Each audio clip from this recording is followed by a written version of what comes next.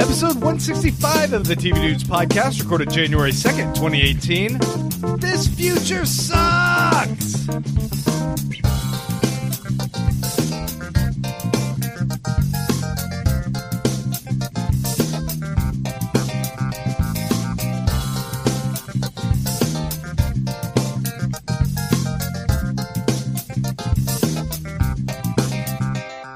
We did it.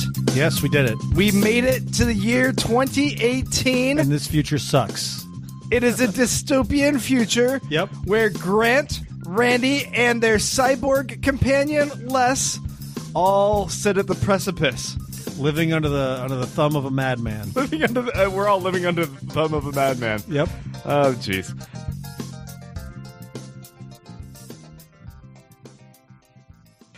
Les is recording with us over Skype, so that's why I called him a cyborg. If I sound extra robot, then it's Skype's fault. Because it's freezing temperatures out here. It dropped down to like 22. It's colder here than it is in Anchorage. I understand that it's the coldest that any humans have ever been, ever. That's accurate. Yeah, that's accurate. Yes, definitely. So Randy and I are huddled together in a Snuggie in our recording studio, so we're Skyping over to Les. As per usual, really. Yeah, Les is frozen in a block of ice on the highway. He couldn't make it all the way to the studio. That's unfortunate for Les. Yeah, I'm recording misery style like Scott Conn, or I guess that's James Conn. Yeah, snowed into a car. Yeah. Scott Conn is going to be in the remake. You're Jack from The Shining, and you're trapped, but you're still able to talk. So we appreciate you rallying for this episode. Yeah, folks. So this week we are talking about two shows that dropped on Netflix recently: Travelers Season 2. The time travel crazy sci-fi show, and another crazy sci-fi show, Black Mirror, which is this serialized anthology episode. I don't know. They're all kind of disconnected, but I guess in a way in the same world. They're in the shared world. It's revealed in one of the episodes this season. Yeah, it's like a Twilight Zone. Season 4 of Black Mirror, though, just came out, and these are some intense episodes. Yes, they are. Yeah. I mean, that's always Black Mirror's reputation is for just being like it's Charlie Brooker's reputation, like the twist the knife bleakest. What's the worst way that an innocuous technology could go? It's not a show that made me feel good watching. I don't know. I feel like 2017 really did give me a lot of reason to be optimistic about the future, so this fits right in. Yeah. Okay, fair. All right, well, before we get into all of it, we are the TV Dudes. I'm Grant. I'm Randy. I'm Les. And we wanted to say that there's a couple ways you guys can help us out. If you want to go to patreon.com/tvdudes, and maybe you got a little bit of extra cash. You got a cash gift from Christmas from your grandparents. And you're like, man, I'm itching to spend that frivolously. Hey, send that money our way. Just go ahead and give us all of Granny's cash, all of those $5 bills she put in the card she gave you. Sitting on the mantle. Just go ahead and send that our way. $1 or $2 an episode. In exchange, you get bonus exclusive content. Like this week, we're probably going to be talking about Star Wars, our thoughts on the Last Jedi, and how Randy hates diversity in the movie, and how much I love it. Yeah, that's it. Yeah, but go ahead and go to patreon.com/tvdudes, and we appreciate all the help we get there. We also are proud members of the Permanent Record Network. Permanent Record Network. And we wanted to promote this month FemTV. This is our buddy and TV critic Melissa Garamonti. She's hosting an interview series which features working women in the TV industry. It's a great podcast series that she's been doing, and you can check that out at femtvpodcast.com. Go ahead and check it out there. Go to iTunes, subscribe, do all that you do to help support our network. We appreciate you guys so much. All right, let's jump on over to Facebook. If you guys go to Facebook, go to facebook.com/tvdudes. Once a week, Randy puts up a little post, asks us questions to our loyal audience, and we've got a bunch of good ones. Randy, what do we got? All right. So Alec Miracle says, you guys have to watch Mr. Robot Season 3. I know season 2 wasn't as good as season 1, but this new season allows the plot to make sense again, and it's incredibly tense. Bobby Cannavale enters the show, and I promise the plots begin to weave together and make sense. This season was amazing. Please watch it and discuss. No. Watching Mr. Robot. It's one of those shows that just kind of fell by the wayside, and I do intend to go back and watch it. But if you want some good deep dive analysis, hey, Permanent Records got another show on our network, the Mr. Robot O podcast, which our buddies Mike Moody and Ghost and Melissa all joined together to really dive into each episode with great analysis.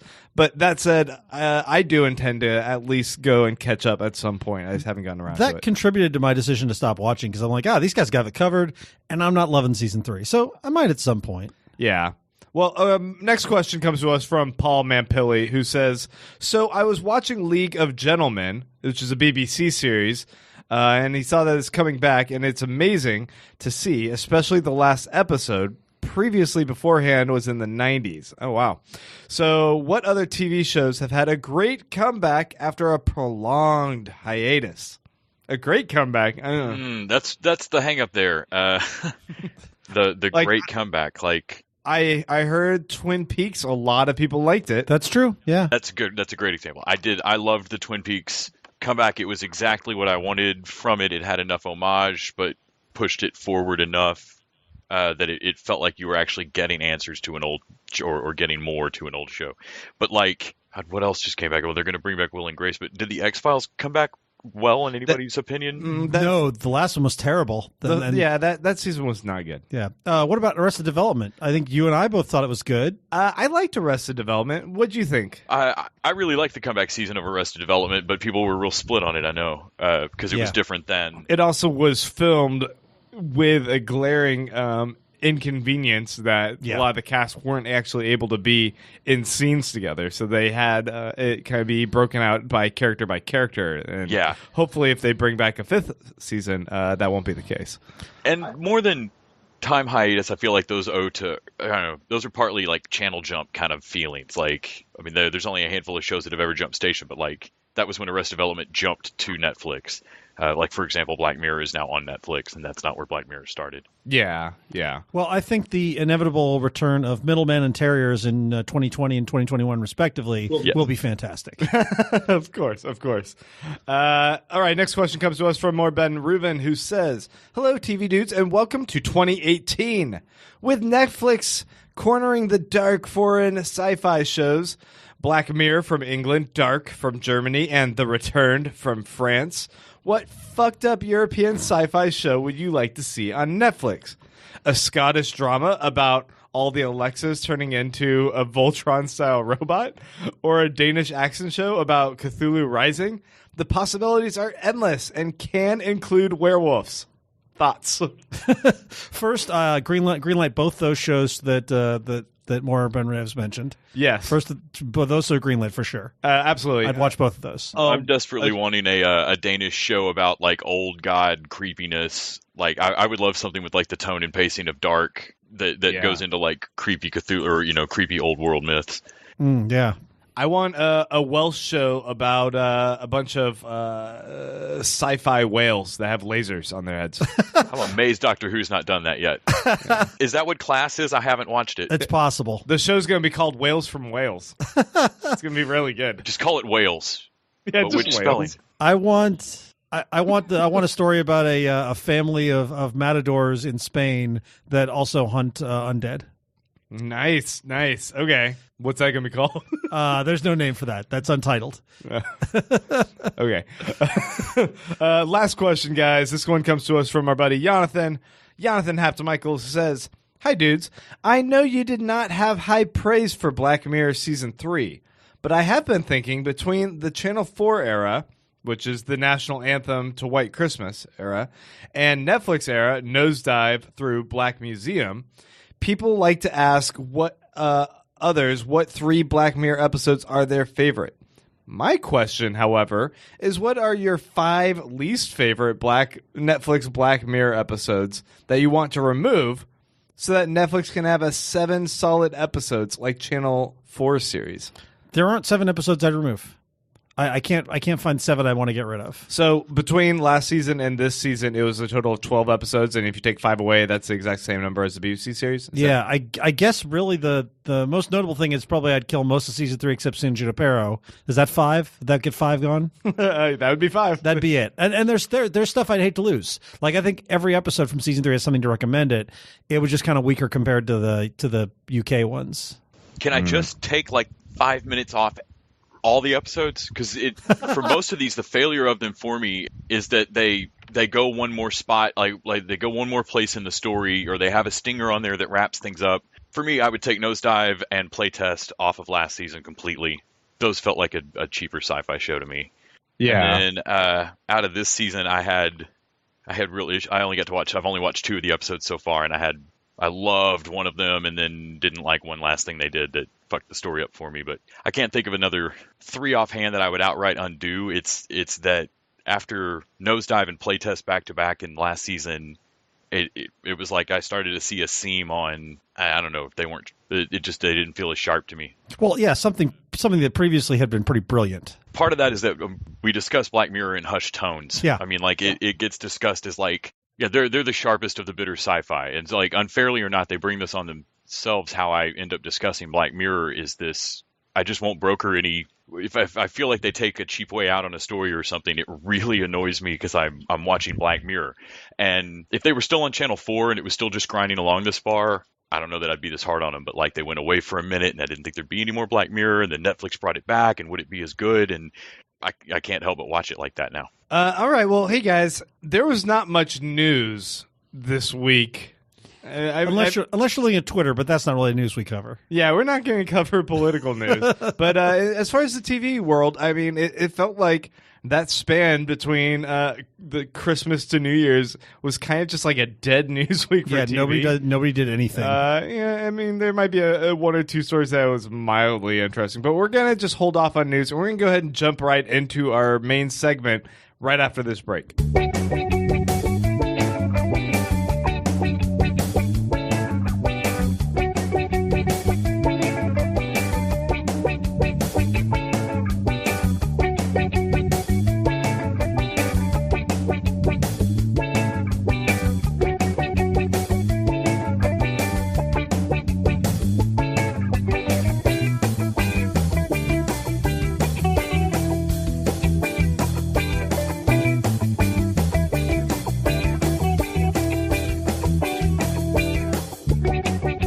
Guys, so we are back, and we're going to start off talking about Travelers Season 2 over on Netflix. And I got to say, I actually didn't get through Season 1, but I know that Randy and Les, you both passionately devoured it, or at least in Les's case, he did. And Randy, I know you watched all of it. So I really enjoyed it too, yeah. Take it away, folks. All right, so Les, I think you powered through this faster than I did. Yeah, I was really waiting for Travelers. I actually watched Bright trying to kill time, waiting for Travelers to come out the day after Christmas. But Season 1 I knew nothing about, and it caught me complete. I'm going to watch any time travel show. I think everybody has my number on that, but I didn't know anything about Travelers. I wouldn't have really cared about it. Eric McCormick is not an actor that draws my attention. I didn't give a shit about Will and Grace. Speaking of shows that are coming back. He always seems like you hired a Hollywood actor. It's like casting Rob Lowe as a normal person. It just doesn't work. Eric McCormick looks too pretty. Either way, they put him in a time travel show, and so I binged through the first season, and Season 2 continues on a lot of the things I liked about this particular time travel show and the way they handle what's happening to them. People get sent back, and one of the great things in Season 1 was that no mission survives the present. And so like these people would land and you just had to do your mission. You couldn't tell how you were affecting the future or if you affected the future. And they had protocols in place so that you weren't supposed to discuss with each other the future you came from. And that's it made sense as a way to compartmentalize information and everything, but they continue those things on in Season 2, and they extrapolate them out in just really fun ways for me. They also do a neat thing I thought of they introduce a new big bad in the first Yeah. episode of this season, played by So- an actor I adore. Yeah, me too. I was seeing Enrico Colantani show up, and he plays a bad guy in the CBS procedural that was about the computer. Yes, person of interest as well. Person of interest. And that's when I'd see him play a bad guy. I'm like, oh, this guy can do this, because I remember him as really can. Veronica Mars's dad, you know? Yes, everybody I've shown him to in like, oh my God, he's in Travelers, has gone, yeah, but he's just Keith Mars to me. I'm like, he's great. You should really love him in more stuff. He's great. He's definitely drawing on the same type of sinister vibe that he had in Person of Interest. And I really like similarly as Person of Interest, he's a bad guy that has done unequivocally villainous things that you are not going to forgive him for, but you also understand some of his how self-preservation got him here. Yeah, his point of view makes sense. Yeah. Yes, and so often there's villains that are either just evil or their plans make no sense, and this guy, like, he understands the stakes. And one of the neat things to me about it, the Traveler program, the whole setup of the series, everybody's being sent back by an AI computer in the future. That is, it's basically the only brain big enough to monitor multiple timelines that are constantly shifting, which is just crazy and super fun. But it results in 2 or 3 times in season 2 where someone wins a massive fight of 20 or more people in a terrifying kind of retro, like, oh wow, yeah, this is what happens when you fight through time. When, like, there is no somebody gets the upper hand and then the battle continues for another day. The instant Skynet has the upper hand, in the instant the computer in the future has the upper hand, everything on the ground changes. Like, half the people in the fight change brains. It's amazing and terrifying. Yeah, I thought they did a good job of weaponizing that technology that's been a part of the thing since the beginning. That's one of the things I really liked about Travelers. Well, and it was so beautiful how they introduce even there being another team to fight. Yeah. And that it's really two sets of good guys. It's a Civil War split between 2 sets of the people who no longer believe in the computer but still want humanity fixed. They just don't. Right. They don't believe in the computer. Like, everybody says they have the same goal, basically. Right. Which I thought was cool. But I loved the moment in the show where they break the protocol about talking to the past, and somebody goes, "No, all those people died." And they're like, no, those people didn't die. They formed a counterinsurgency. Like, yeah. I did have some issues with a couple notable episodes this week, and a couple made. One of them is everybody's got to do a time loop episode. Everybody wants to do one, and usually they're not very good. Like the Star Trek Discovery time loop episode was really, really good, but 17 minutes, the time loop, I got really tired of that one really fast. I did like the implication of what they were doing. When at the end you realize it's taken 8 people have committed suicide to do this. Yeah. Like, people are just sending themselves, and the number 8 knows that 1 through 7 died.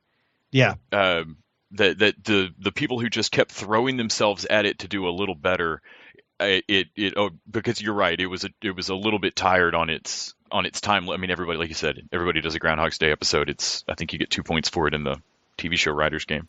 The other one is I did not love the rewriting of Marcy's history in episode 21C. Oh, that yes, her entire it made it a little too. Not everybody should know each other. Right, exactly. I'm like, I understand what they were trying to do, and they wanted to do the Traveler 001 being the guy Victor, or is it Victor? Vincent and Simon. Yeah. But they could have done that entire story without including Marcy. Yeah, because revealing that Marcy was this perfectly capable nurse and that they broke her and then the time unbroke her. I don't know exactly what the goal was there, but I thought it needlessly complicated her story. Yes, it needlessly complicated it. It raised questions about how her social worker how no one ever showed that. I mean, I know they're going to they would hand wave that away by how rich Vincent is. That he made sure her past history was cleared, but that's still insane. Like, she went to school somewhere. Yeah.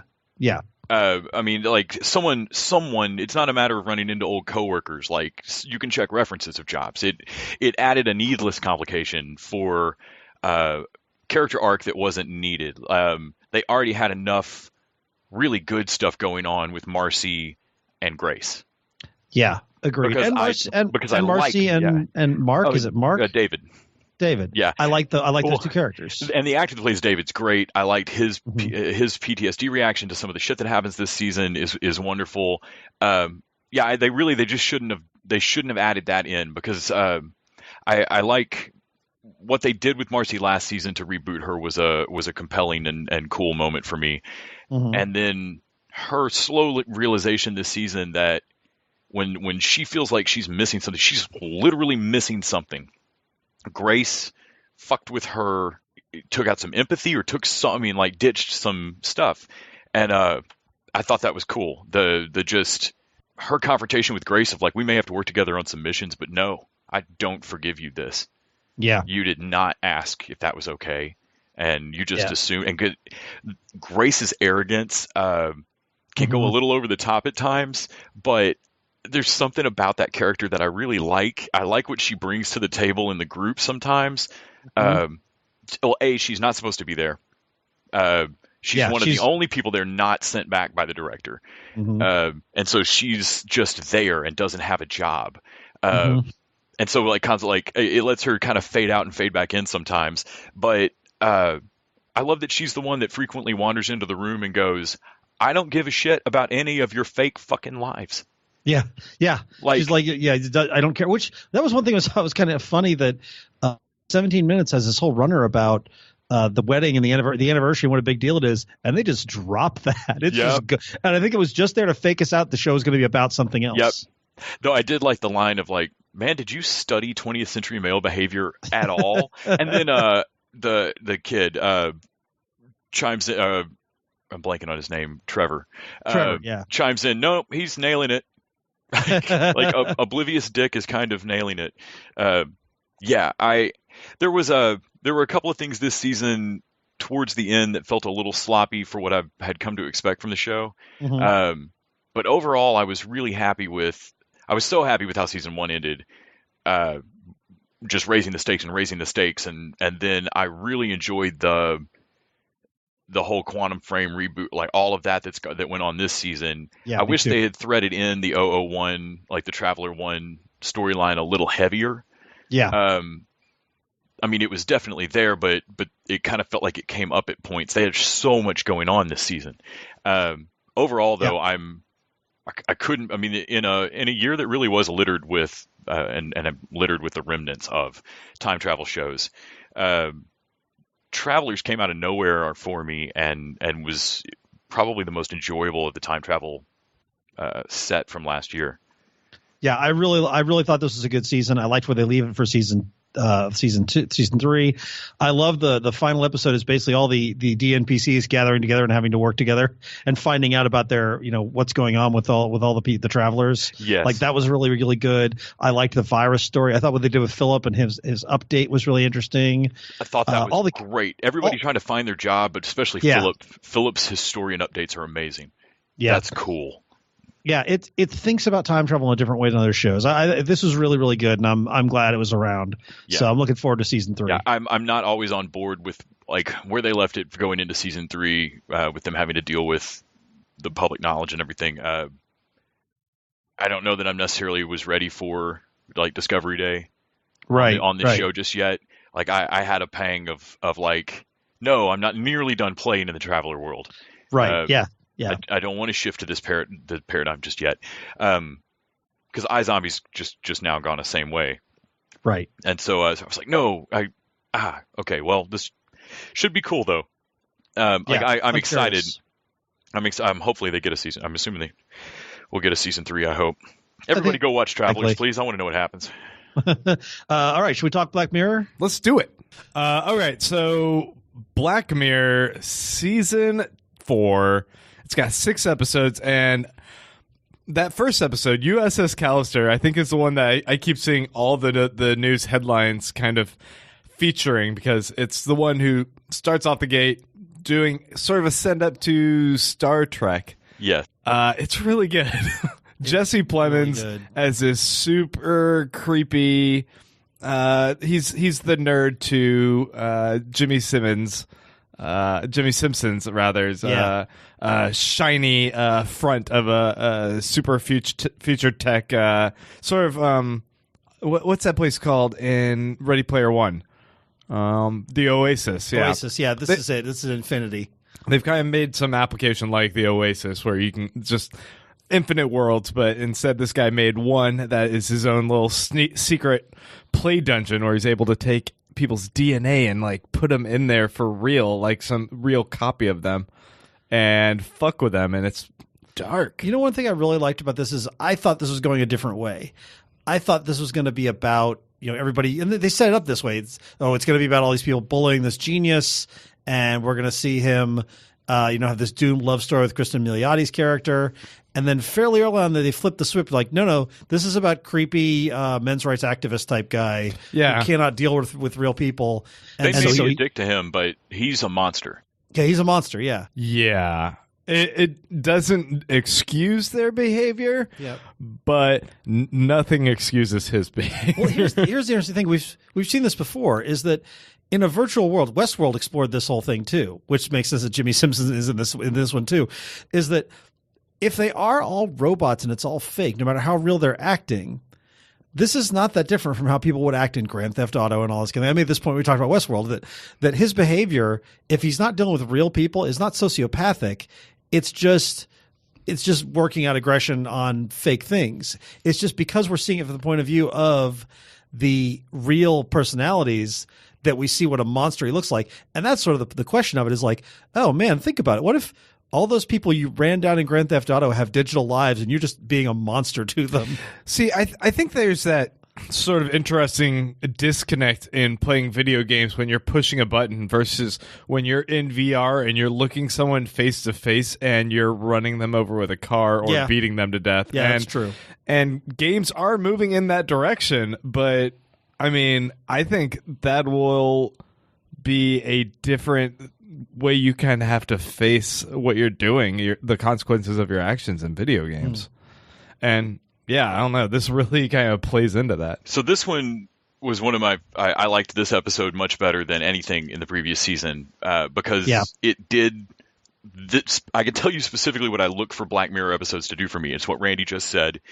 You thought it was about something else, and then it turned and it was about a problem that you didn't see coming. Like you thought you were looking at the problem and you were holding the problem in your hand, you know.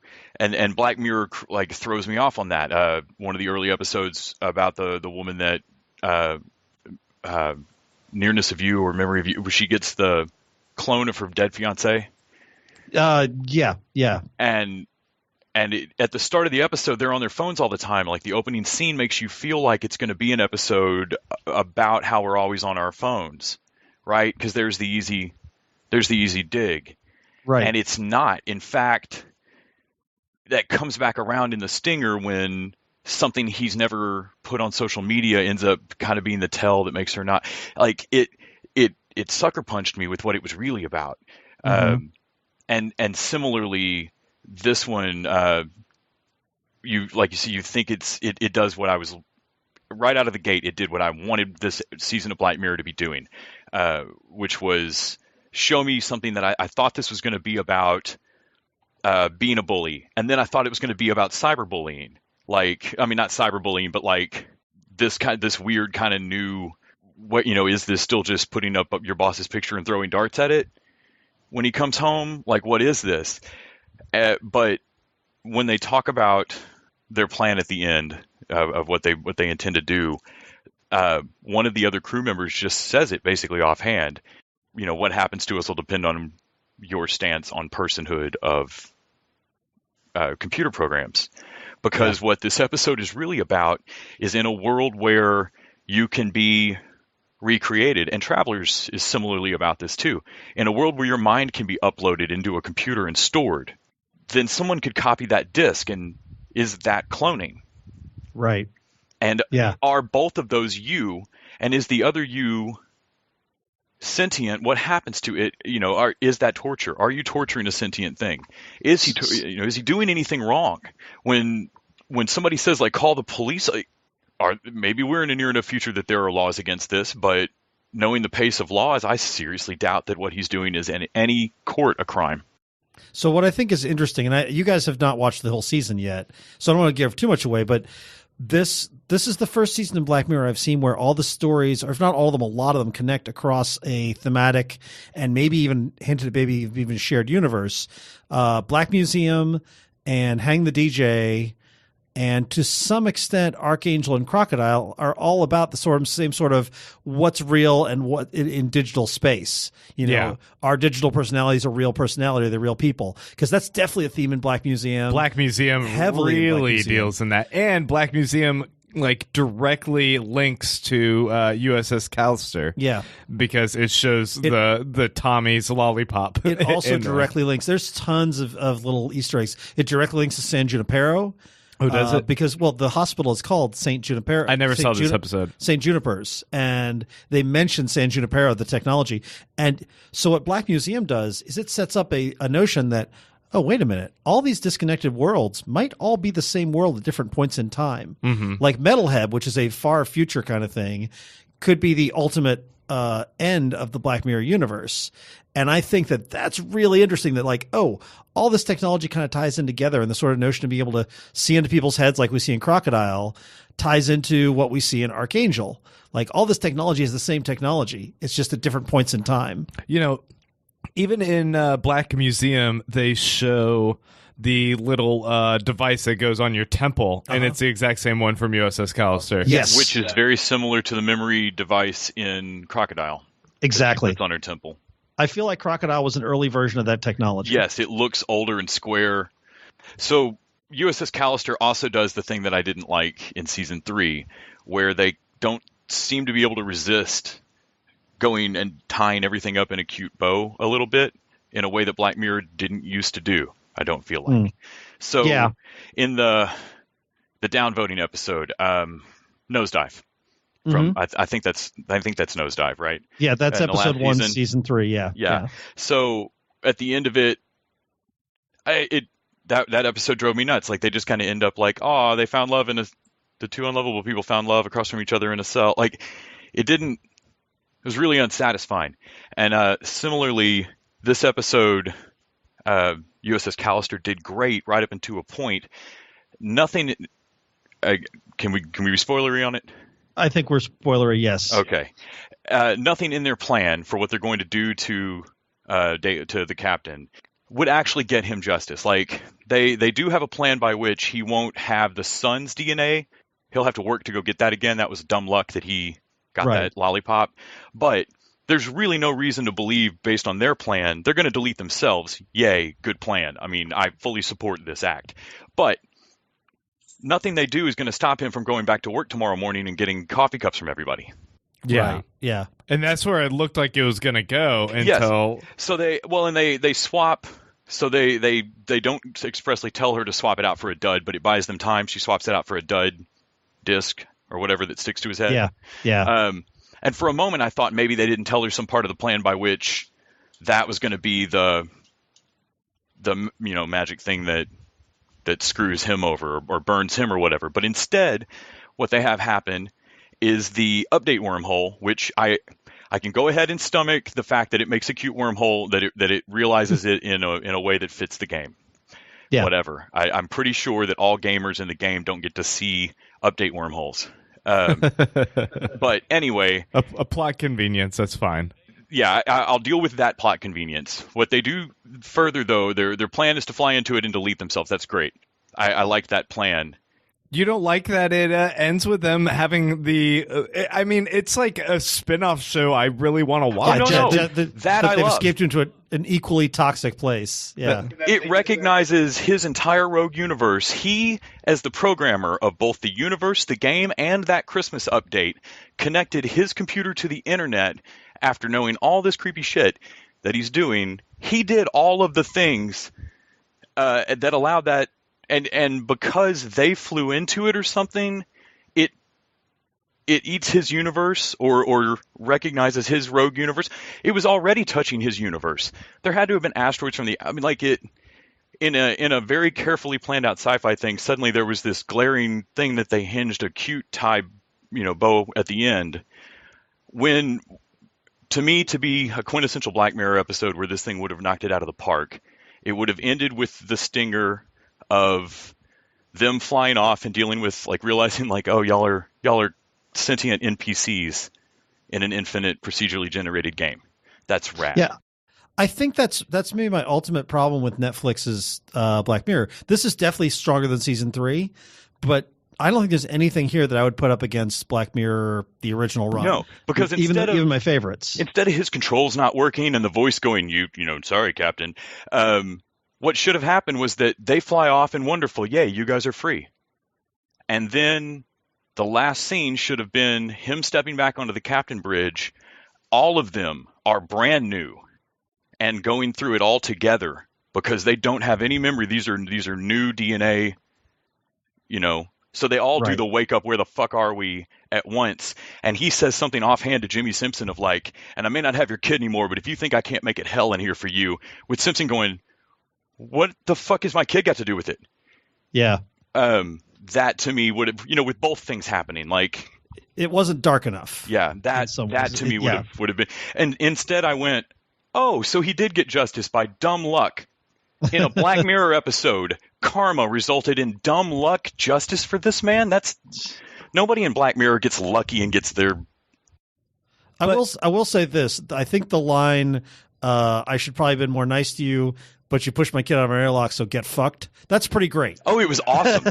I mean, I was viscerally very satisfied with the ending. Like, it was the fist pump in the air that I wanted. It just was really not believable and insulting in a Black Mirror episode. Maybe it's more cathartic for society that they did that. have a guy that's so terrible and creepy and sleazy as this guy have his comeuppance. Maybe we need that in one of these episodes because, you know, my overall opinion when I watch these episodes is that, damn, they're so bleak. They're such bummers. Yeah, it's a bleak show. Granted, I only watched 3 of the 6 this season, but of those, Archangel, man, that one's just sad. That's just a sad show with this lonely mom who is so clingy to her kid that she starts getting controlling. And you know, my issue with that episode, Archangel in particular, which I think is maybe my least favorite or possibly second least favorite of this run.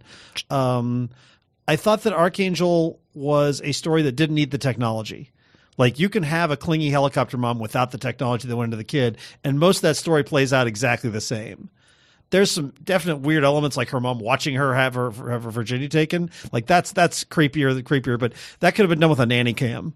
Like, the technology is not as important to the story as I think it should be to a good Black Mirror episode. I don't know. It seemed pretty vital that she became more and more withdrawn into living vicariously through her kid's eyes until she had to really pull that away from herself. But it was a drug that she came back to, and you know that is a thing that technology allows us to kind of fuel a certain perversity of either voyeurism or jealousy or whatever it is that you kind of allows you to channel directly through that. Similar moral gray area as the White Christmas was, like John Hamm kind of being a whatever douchebag pickup artist life coach. Well, what were your favorite episodes then? My favorite episode is the one that neither one of you guys saw, which is Metalhead.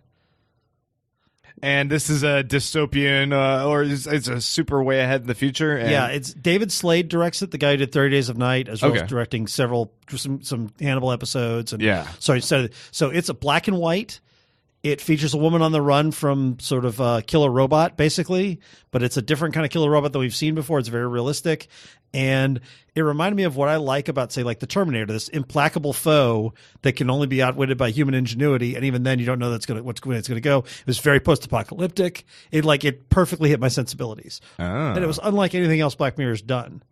So I really liked that. I mean, I've only gotten to watch 2 of the new season, and I loved 90% of USS Callister, but I ended up getting madder and madder at it the more I picked at that one little plot hole. But Crocodile, that to me was closer to what I was looking for or what I'm looking for out of Black Mirror. I actually watched that one first because somebody recommended it to me as their favorite from the season, and that thing is just an Alfred Hitchcock Presents that happens to have near future or this weird near future technology. And it's episode of the season. It's well, I loved the performance in it. I loved how simple it was. It stacks up a couple of beautiful things about her only real remorse being the moment that you see is it's like the widow woman that they left waiting for the body that they ditch. Yeah. I felt like she went from relatively normal person who made a mistake to serial killer way too fast. Yeah, it was a little fast, but I kind of felt like that was part of that was her not leaving, like not wanting to leave a second victim through it's a loss. function of the technology. Well, which yeah, makes sense. I mean, partly she's covering her tracks on the technology and then gets outwitted by that twist. But yeah, but I felt like partly she was also having regret of like, oh shit, I've killed that person and they have a person. Yeah, and now I've got to kill you, or you're just going to be hurt your whole life. You know, I kind of felt like maybe partly she was wrestling with this like weird monster ethical dilemma of like, you know, if I've killed you, do I just kill your whole family because they're going to be sad? And that I kind of felt like that's where she was in a couple of moments, but it felt like this just brutally dark Alfred Hitchcock Presents episode, which to me that was what Black Mirror at its best can be for me. Is like it looks like it's about sci-fi, but it turns out it's just about how people are awful. Well, I think my second favorite episode that I could easily be argued to be my favorite was Black Museum that, Grant, I know you watched. I did watch this, and I mean, I don't know. It's really neat how it was 4 stories in one. Yeah. Because Greg Proops, or whoever this dude is, who totally reminds me of Greg Proops. And I guess he's been in other Black Mirror episodes, but him kind of taking her around the museum and allowing him to tell 3 different tales of horror that have happened to people, and you slowly figuring out the more and more as like, look at the terrible mistakes these people did and how much joy he's getting from it, that this guy is truly evil. Like, you know what, this guy's a complete sadist. He's such a great huckster, though. Like, I thought at first that we were going to see this guy, and this was going to be like a running Black Mirror thing, like, oh, this guy is the Black Museum, and there's all these stories to be told, these exhibits, and maybe we're going to see multiple episodes of this kind of guy, because he was so charming in his... He's the Owatu, some outside watcher. And I found him really charming, even though he was clearly, as we got on, more of a, I don't know if you want to call him a sadist. He's definitely someone with some lack of human emotions, lack of empathy at any rate. He seemed to, like, yeah, maybe it was lack of empathy, but I don't know. He seemed too amused by getting to tell these stories, especially like the one with the woman trapped inside of the teddy bear. Yeah, that was creepy.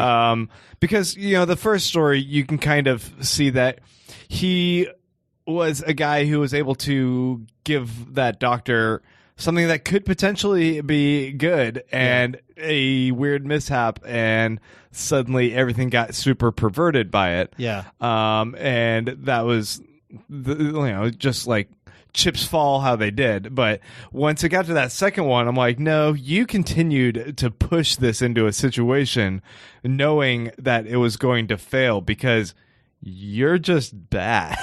Yeah, well, I think that was interesting is like, because there were 4 stories, there were three stories that he tells, and then there's sort of the main story that's the framing story. Yeah. I, at first, like I say, thought this was going to be a story of, oh, well, look at all these things and they connect. And when we started seeing elements of the other Black Mirror, like, oh, it's all shared universe and that's really cool. And now I want to know where on the timeline all these stories fall. And when she handed him the water, I'm like, oh, okay. And I saw the twist coming, but I didn't know enough to know what the twist was. And I thought that was really elegant construction. I definitely thought there was something to it, that and the heat, but I wasn't sure because I thought, like, there's something going on with him sweating. Why is he super nervous, or is it hot? Because she didn't seem necessarily as sweaty initially. I was like, okay, I thought maybe something else was going on, and he was going to make her one of his final exhibits, like it's sort of this jigsaw thing. Right. So I guess that's where it strays from convention. But I also, started suspecting that she knew more than she was letting on initially. But what's great is there's also beyond, no matter what you figure out, there's like 2 or 3 more twists, because the twist of her mom being there in the same way that goes back to the second story, I didn't see coming. And then the twist of her father being that's all the third story. Like, there's stuff that's introduced. There's no way to guess ahead of time, but it all lines up. And there's great little bits like when she punishes him and the monkey says, "Monkey loves you." Yeah. You can see exactly what that means inside that person's head, and it's such a great little moment. It's so good. And that she takes that little monkey with her. Monkey loves you with her, and they go out on the road. But I mean, I guess in a way, there's a sliver of optimism there. It's ending this monster and riding off into the sunset kind of thing. But at the same time, everything leading up to that is a bigger slice of what this world is. Yes. Despite this one little bit of justice. Mm-hmm. A lot of bad shit happened. Everything that preceded it is more of just like the Black Mirror universe is terrible. So that brings me to the one episode that you guys have not seen, which is the San Junipero for this season, which is Hang the DJ, and it's the sort of feel good happy one in a way. And it reminds me of San Junipero in a way that I think they were deliberately trying to echo what they did in that one. And I won't say too much, but I really liked it, and it's the other one that everybody's talking about USS Callister, but I think Hang the DJ is the other one everybody's going to be talking about, and I've already seen numerous people saying it's their favorite. Yeah, I'm looking forward to that one. I'm seeing here in a list that in Black Museum, the bathtubs from Crocodile, the tablets from Archangel, the Tommy's Lollipop, and then the ski mask is from White Bear, which I think is the only one that harkens to another season. Yeah, although there's definitely a feeling of, I wouldn't be surprised if you pan over around that there's some other stuff from the previous Black Mirror. They definitely are indicating that it's all a shared universe. Someone sent me a link today, and I couldn't tell. I haven't read the whole thing, but I couldn't tell if it was like how all Pixar films reference each other, but that's not really, a shared coherent universe, or if this is something that like Brooker and team are really, really setting out to do. Right. Whether it's Easter eggs or not. I don't feel like it's Easter eggs. I feel like they were actually telling us, hey, this stuff all takes place in the same universe. I am getting weirdly spoiled on this with Easy having a bit of a shared universe, but without really being connected. And HBO picked up a YouTube or an online show, High Maintenance, that did the same thing, where you'd almost see episodes happen in the background of a nonchalant shared universe. Yeah, I like the casual shared universe idea. Yeah. It works for Black Mirror, too. Well, all right, guys. I guess we covered it. Yeah. This is a cold episode, man. It dropped the temperature in our office. I don't know if it was just the discussion of these bleak new worlds, or if I should have turned the heat on when we got in here. We're fitting that we're dealing with the foibles of technology as we do this, too. Yes. It's a cold, bleak world, and technology is trying to fuck us. That's the theme. I feel like I had somebody get really irritated at me the other day because I, in their opinion, really shit on Black Mirror. Everybody should watch this. It is head and shoulders above most sci-fi. It's the only reason I'm nitpicky with it. It is badass, and Netflix has kept it up. It's still at least ahead, maybe occasionally ahead and like one shoulder above the rest. But yeah, everybody should still go out and check this out. I got on somebody's nerves. Yeah, I don't disagree with you. I think that I'm hard on this show because my expectations for it are super high. And season 3 was certainly good. It's just that since it's come to Netflix, it's not as good as it was, but it's still fucking fantastic. I will say the intro credit, I loved it. There's something about it that still creeps me out. It's so short, but there's just something unnerving about their little Black Mirror opening title with the digital thing that comes into focus and then shatters. Yep. It just, I don't know what it is. I was watching this most recent one going, I'm so glad y'all kept this. It's so creepy. For all of American Horror Stories trying. All right, guys. Well, we're going to go ahead and wrap it up right there. Thank you, Les. And thank you, Randy. Yep. And until next week, TV Dudes out.